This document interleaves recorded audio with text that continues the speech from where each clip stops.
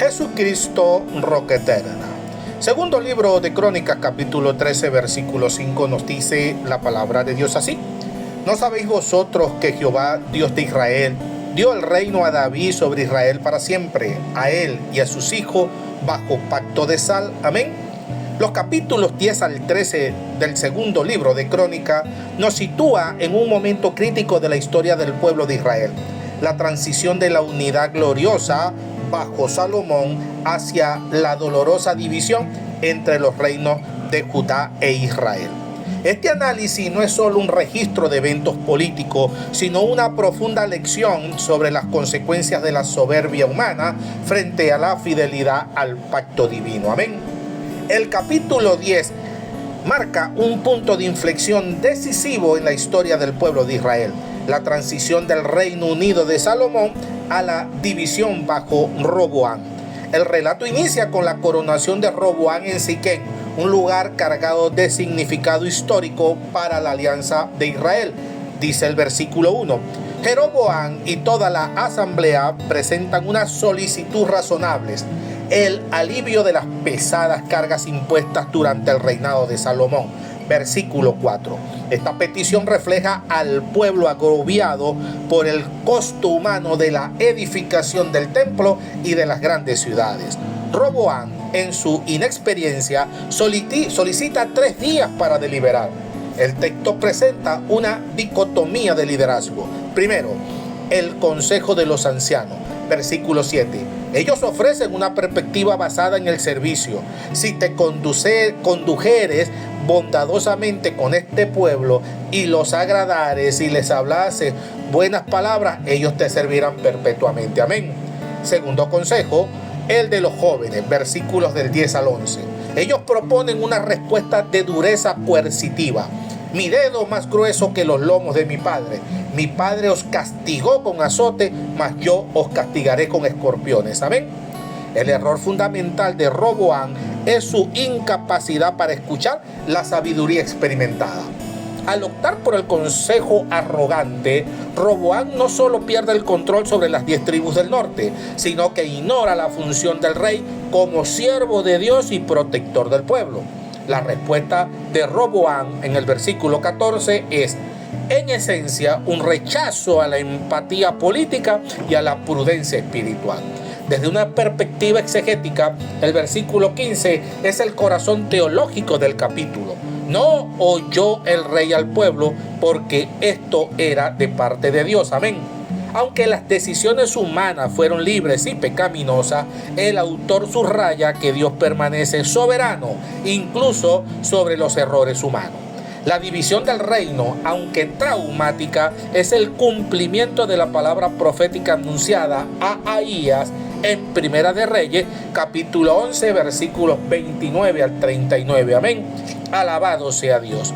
El capítulo 11 actúa como una respuesta inmediata al trauma de la división y describe el proceso de reajuste, consolidación y fundamentalmente la migración de los fieles hacia el centro del culto legítimo. Inmediatamente después de la separación de las 10 tribus, Roboam reúne a 180,000 hombres de guerra de Judá y Benjamín para recuperar el reino por la fuerza. Sin embargo, la intervención de Dios a través del profeta Semaías es un punto teológico vital. No vayáis ni peleéis contra vuestros hermanos, volveos cada uno a su casa, porque esto ha sido hecho por mí, dice el versículo 4. Dios establece un límite claro. La división no debe ser revertida mediante la guerra civil, pues Dios ha determinado este curso de los eventos. Roboam obedece, lo que marca un breve destello de sumisión a la voluntad divina. Roboam dedica sus esfuerzos a fortalecer la infraestructura defensiva de Judá y Benjamín. La construcción de ciudades fortificadas demuestra una mentalidad de preservación y seguridad nacional. El autor destaca que estas ciudades fueron reforzadas con almacenes de comida, según el versículo 11. Cuando Jeroboam, rey del norte, excluyó a los sacerdotes y levitas de su ejercicio para establecer su propio culto idólatra, estos tomaron la siguiente decisión. Primero, abandonaron la tierra. Los levitas emigraron a Judá y Jerusalén para poder servir al Señor, según el versículo 14. Segundo, la consecuencia espiritual. El versículo 16 señala que junto a ellos vinieron de todas las tribus de Israel los que habían puesto su corazón en buscar al Dios de Israel. Amén. Y tercero, el fortalecimiento del reino. Este movimiento no solo fortaleció al reino de Judá, sino que lo consolidó espiritualmente durante 3 años. El pueblo anduvo en el camino de David y de Salomón. Amén. Versículo 17. El capítulo concluye con una nota más terrenal, la descripción de la casa de Roboam, sus esposas e hijos. Aunque la narración es genealógica, subraya la continuidad de la dinastía davídica, preparando el terreno para la sucesión. Amén. Gloria a Dios. El capítulo 12 marca el tránsito del reinado de Roboam desde una consolidación externa hacia una vulnerabilidad interna, provocada por el abandono de la lealtad al Señor. El autor de Crónica es contundente. Cuando Roboam hubo consolidado el reino, dejó la ley de Jehová y todo Israel con él, según el versículo 1. Este versículo revela un patrón peligroso. La prosperidad y la seguridad a menudo generan un falso sentido de autosuficiencia. La apostasía de Roboam no es solo personal, también arrastra a toda la nación.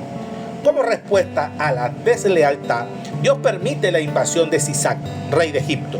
El despliegue de fuerza es abrumador: 1,200 carros, 60,000 jinetes y un ejército incontable.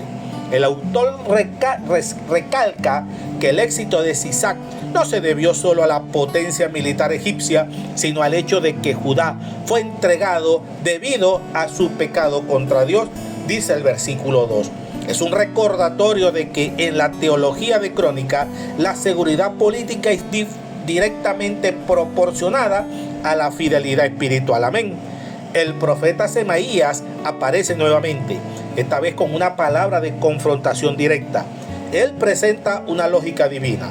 Vosotros me habéis dejado y también yo os he dejado en manos de Sisac. Versículo 5. La reacción: ante el peligro inminente de destrucción, el rey y los príncipes se humillan. Dios responde a esta humillación con misericordia, deteniendo la destrucción total. Amén. Sin embargo, impone una lección pedagógica para que aprendan a servirme a mí y no servir a los reinos de las naciones. Amén. Dice el versículo 8. Dios permite que sufran la opresión egipcia para que experimenten la amarga diferencia entre la libertad de servir al Creador y la esclavitud de servir a poderes mundanos. Sisac saquea los tesoros del templo y los del palacio real, llevándose incluso los escudos de oro que Salomón había hecho. Roboam intenta mitigar la pérdida reemplazándolos con escudos de bronce. Este reemplazo de oro por bronce es un símbolo visual de la decadencia del reino. La gloria original de la época de Salomón ha disminuido drásticamente. A pesar de esto, el texto concluye positivamente que debido a la humillación, la ira de Jehová se apartó de él. Versículo 12. Amén. El capítulo cierra con un resumen agridulce. Roboam se fortaleció, pero hizo lo malo al no preparar su corazón para buscar a Jehová. Amén. Versículo 14. Esta frase, preparar su corazón, es clave en la teología de Crónicas. No basta con actos externos de religión, se requiere una intención constante y profunda del corazón. Amén. Alabado sea Dios. El capítulo 13 presenta un giro dramático en la narrativa. Después de la decadencia observada en los capítulos anteriores, Abías, hijo de Roboam, toma el trono y protagoniza una confrontación donde la legitimidad teológica es el arma principal.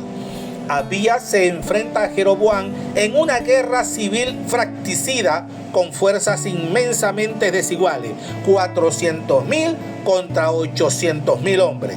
Abías inicia el combate con un discurso desde el monte Seramaín. Invoca el pacto de sal, un término que en el Antiguo Testamento simboliza un compromiso incorruptible y perpetuo para recordar que Dios otorgó el reino a David y a sus hijos para siempre. Alabado sea el Señor. Abías denuncia la apostasía de Jeroboam, quien expulsó a los sacerdotes de Dios y a los levitas, reemplazándolos por un sacerdocio ilegítimo y becerros de oro, acciones que violan la ley. Abías declara con firmeza que mientras Israel abandonó al Señor, Judá ha permanecido fiel, manteniendo el culto verdadero en el templo de Jerusalén. Amén. Jeroboam, siendo un estratega militar, prepara una emboscada para rodear a las fuerzas de Judá. Al verse rodeados, el pueblo de Judá clama al Señor y los sacerdotes tocan las trompetas. Esta acción litúrgica es el punto de reflexión del relato. Dios derrota a Jeroboam y a todo Israel ante Abías y Judá, no por superioridad numérica, sino porque los hombres de Judá se apoderaron en Jehová, el Dios de sus padres, se apoyaron en él. Alabado sea el Señor. Como resultado, Jeroboam perdió gran parte de su fuerza militar y ciudades claves como Betel, Gesana y Efraín, permaneciendo debilitado por el resto de su vida hasta que el Señor lo hirió. Por el contrario, Abías se fortaleció, expandió su influencia y consolidó su casa, manteniendo 14 esposas y numerosas descendencias. Amén. Alabado sea el Señor. Concluimos. Este recorrido por los primeros capítulos del reino dividido, queda claro que la verdadera fortaleza de una nación o de un individuo no reside en su capacidad militar, su infraestructura o su posición estratégica, sino en la disposición de su corazón para buscar al Señor. La historia de Judá en este periodo nos enseña que el orgullo lleva inevitablemente al declive, mientras que la humildad ante la voz profética y la dependencia absoluta en las promesas de Dios, como en el pacto de sal, abren camino a la restauración y a la victoria, incluso frente a las situaciones más adversas. Amén. A su nombre, gloria. Vamos a orar. Amado Dios, al contemplar esta historia, reconocemos que en nuestra propia debilidad y fragmentación necesitamos desesperadamente un rey que no gobierne con dureza, sino con gracia y con verdad. Señor, ayúdanos a no buscar nuestra seguridad en el oro de este mundo, sino a preparar nuestro corazón para servirte solo a ti. Que la victoria de Jesús sobre el pecado y la muerte sea siempre nuestra confianza y que nuestra victoria refleje la fidelidad del sacerdocio de Cristo, quien nos ha hecho apto para estar en su presencia. Amén. Dios te bendiga, Dios te guarde.